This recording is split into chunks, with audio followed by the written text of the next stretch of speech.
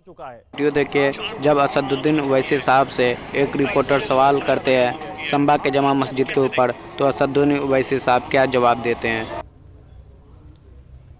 नहीं, मैं तो इसको इस तरह से देखता हूँ कि ये यूपी गवर्नमेंट बीजेपी की सरकार की तरफ से ये पूरा मंसूबा बनाया गया और उन्हीं के इस नापाक मंसूबे की वजह से आज संभल जल रहा है।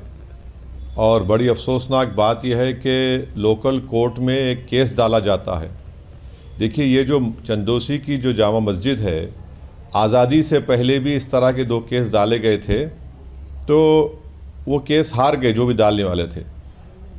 मुल्क को आज़ाद होकर 75 साल हो रहे हैं, संविधान हमने अपने आप को दिया, और 75वें साल में कोई आकर ये कहता है कि नहीं ये मस्जिद नहीं है, ये किसी और जगह पर इसको मस्जिद को बना दिया गया है। और अफसोसनाक बात यह है कि एक ही दिन में कोर्ट बग़ैर किसी को सुने, ठीक है वो उसमें कोर्ट के पास इख्तियार है, मगर कोर्ट को ये चाहिए था कि वो उस मस्जिद कमेटी को बुलाते, उनको मौका देते। भाई 75 साल में कोई चीज़ नहीं बदली वहाँ पर, और अचानक ये लोग बोल रहे हैं कि नहीं वो मस्जिद नहीं है, और बग़ैर उनको सुने आप ऑर्डर देते हैं 4 बजे, और फिर शाम में 6:30 बजे वो सर्वे हो जाता है। अच्छा, सर्वे हो गया, फिर दूसरा सर्वे कैसे होता है बताइए बगैर कोर्ट के ऑर्डर के।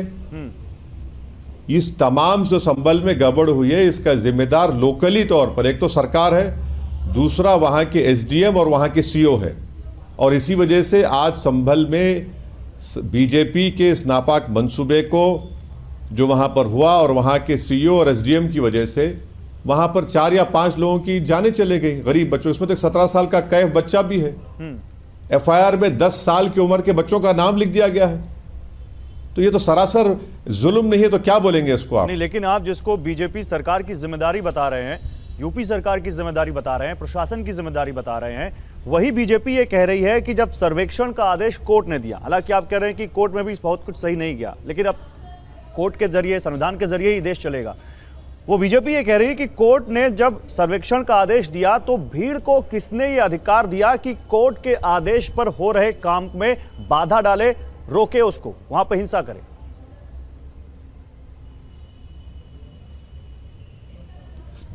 बीजेपी सरकार को यह चाहिए था कि जब वहां पर उनको पार्टी बनाया गया था उस केस में, उन्हीं का एक अपॉइंटेड स्टैंडिंग काउंसिल जो है वो उसमें फरीक बनता है, तो यूपी सरकार जिम्मेदार नहीं है। यूपी सरकार का लॉयर खड़े होकर नहीं बोल सकता था कि आप इसका जो सर्वे हो रहा है, इसका सर्वे होने मत दीजिए। 75 साल से आज़ादी के, बल्कि वो मस्जिद तो सदियों साल पुरानी है, आपको पार्टी बनाया गया था, वहाँ पर आपका वकील खड़े के बोल सकता था। और जिसका यूपी सरकार का स्टैंडिंग काउंसिल है वो ये सब कर रहा है वहाँ पर पार्टी बनकर। क्या कोई रात में सर्वे होता है?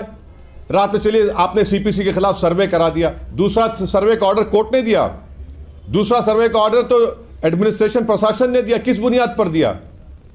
और भीड़ जमा हुई, भीड़ कैसे जमा हुई? भीड़ कोई नहीं बोला भीड़ को आने के लिए। जब वहां पर एसडीएम साहबा ने कहा कि हाउस से पानी निकालो, जबकि लोग बोल रहे कि पानी निकालने की जरूरत ही नहीं है। पानी निकालने की जो अफवाह पहली बाहर लोग समझे कि वहां पर खुदाई हो रही है, और उसके बाद फायरिंग चलती है, और फायरिंग में 5 लोगों की मौत हो जाती है, और गवर्नमेंट बोलती है कि नहीं हमने नहीं मारा। फिर किसने मारा? फिर क्या कोई अजीनात उड़कर आए कि जमीन से निकल कर आकर गोली मारकर चले गए वो लोग? आपने क्या मस्त बात बोली है, पूरा रिपोर्टर को हिलाकर रख दिया। तो चलिए वीडियो को पूरा देखते हैं और आगे बढ़ते हैं। सस्पेंड करना चाहिए और एक सिटिंग हाईकोर्ट जज से इंक्वायरी होनी चाहिए। उसमें 2 सवाल क्या करना चाह रहे हैं आप इस देश के लिए? क्या करेंगे आप? उसमें 2 सवाल हैं, उसमें भी पुलिस की तरफ से 2 सवाल हैं। पहला ये सवाल है कि पुलिस की भूमिका पर आप सवाल उठा रहे हैं, ये जांच का विषय हो सकता है, लेकिन जिन लोगों को, जिन प्रदर्शनकारियों को हिरासत में लिया गया, कमिश्नर के मुताबिक उनके घरों से हथियार मिले, कमिश्नर के मुताबिक उनके घर से ऐसी चीजें मिली हैं जो हिंसा फैलाती हैं। तो फिर ये कौन से शांतिपूर्ण प्रदर्शनकारी थे, या ये कौन लोग थे जो वहां पर हथियार रखे हुए थे अपने घर में, ताकि सर्वे हो तो उसके बाद हिंसा करने का मौका मिल सके? सर, मैं आपको ऐसे कई केसेस की मिसाल दूंगा जहां पर मुसलमानों को पोटा में पकड़ा गया था कि हथियार मिला, कोर्ट ने कह दिया कि झूठ साबित हुआ। वो किसको भरोसा करेंगे आप? कैसे बोलेंगे हथियार निकला वहां से? और हथियार निकला तो एक दूसरे को मार लेंगे वो लोग। जो 5 लोगों की मौत हुई है वो एक दूसरे को मार लिए अपने आप को। कौन मारा उनको बताइए? नहीं तो मैजिस्ट्रेट पुलिस की के रिपोर्ट तो वीडियोज ये है, कहती फायरिंग है। के असदुद्दीन ओवैसी जी, मैजिस्ट्रेट सारी दुनिया देख रही है। मैजिस्ट्रेट ये कह रहे हैं कि उसमें से 3 लोगों की मौत में 2 लोगों की मौत कंट्री मेड पिस्टल से हुई। वो ये भी कह रहे हैं। तो आप ये कह रहे हैं कि कंट्री मेड हथियार जो है, कट्टा जिसको कहते हैं, वो मैन इन यूनिफॉर्म के पास नहीं रहता है क्या? कौन प्रूफ करेगा इसको?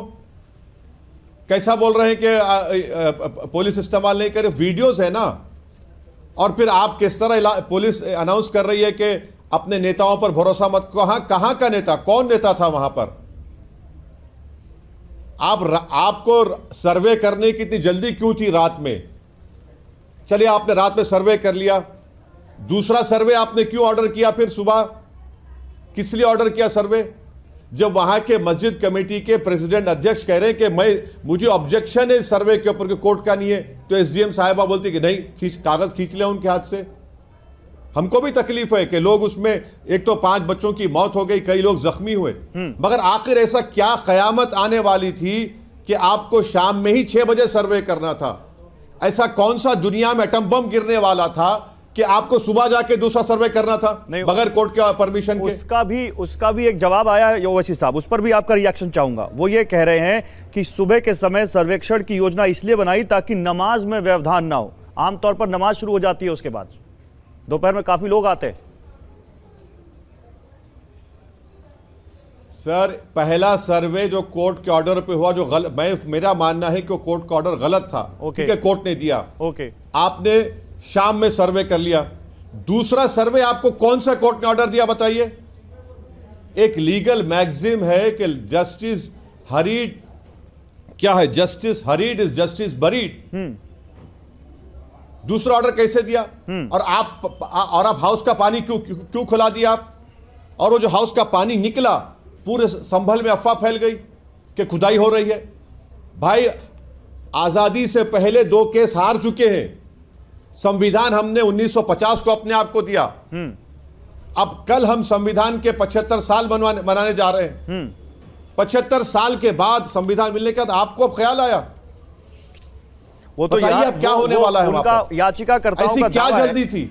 याचिकाकर्ताओं का दावा है कि बाबरनामा और आईने अकबरी किताब में इस बात का उल्लेख है कि जिस जगह पर आज वो जामा मस्जिद है वो कभी हरिहर मंदिर हुआ करता था। और उन्होंने ये भी दावा किया है कि मंदिर को मुगल बादशाह बाबर ने 1529 में ध्वस्त कराया था और फिर वहां पर मस्जिद बनवाई थी। सबसे पहली बात यह कि भाड़ में जाए बाबरनामा, उसको बैतुल खला में डालने की जरूरत नहीं मानता मैं उसको। मैं क्या मानता हूं? प्लेसेस ऑफ वर्शिप एक्ट 1992, जिसको भारत की पार्लियामेंट ने बनाया, कानून बनाया। सेक्शन 3 क्या कहता है बताइए आप? क्या कहता है सेक्शन 3? सेक्शन 3 क्या कहता है? यानी इसका मतलब यह है कि आप बाबरनामा का जिक्र कर रहे हैं और फिर आप अपने बिलीफ्स का भी जिक्र कर रहे हो उसमें। नहीं तो उसका 1526 की बात आप 2024 में करेंगे। एक बात सुन लीजिए, अगर मैं दिल्ली में किसी भी घर में खुदवाई करूं और अगर मैं 2000 फीट चले जाऊं, कुछ ना कुछ मिलेगा। कहां रुकेंगे बात आप? कल बौद्ध मजहब वाले बोलेंगे, कल जैन वाले बोलेंगे। आजादी मिलने के बाद हमने अपने आप को संविधान दिया और संविधान मिलने के 75 साल में आपने कुछ नहीं किया। अचानक आप एक कोर्ट का केस डालते हैं और शाम में कोर्ट ऑर्डर दे देता है और लोकल मस्जिद कमेटी को कोई इंफॉर्मेशन नहीं। ऑर्डर लेकर कोर्ट के सर्वे साहब पहुंच जाते हैं। ठीक है, आपने रात में सर्वे कर दिया। जिस प्लेसेस ऑफ वर्शिप एक्ट का जिक्र आप कर रहे हैं, जस्टिस बरीड, ये सारी दुनिया मानती है। अच्छा, दूसरा सर्वे का ऑर्डर किसने दिया बताइए? दूसरा अच्छा, जो सर्वे करने जा रहे हैं आप प्रोवोकेटिव स्लोगन्स लगा रहे हैं। प्रोवोकेटिव स्लोगन्स क्यों लगा रहे हैं आप? जब आप प्रोवोकेटिव स्लोगन्स लगा रहे हैं और बोल रहे कट्टे से, अरे कट्टे से मारना था तो किसी और को मारते, अपने आप को कोई मार लेगा कट्टे से? बताइए आप। नहीं, लेकिन इतनी कहानी और झूठ बनाएंगे। नहीं, जिस प्लेसेस 5 लोग मर गए, उसमें 17 साल का बच्चा भी शामिल।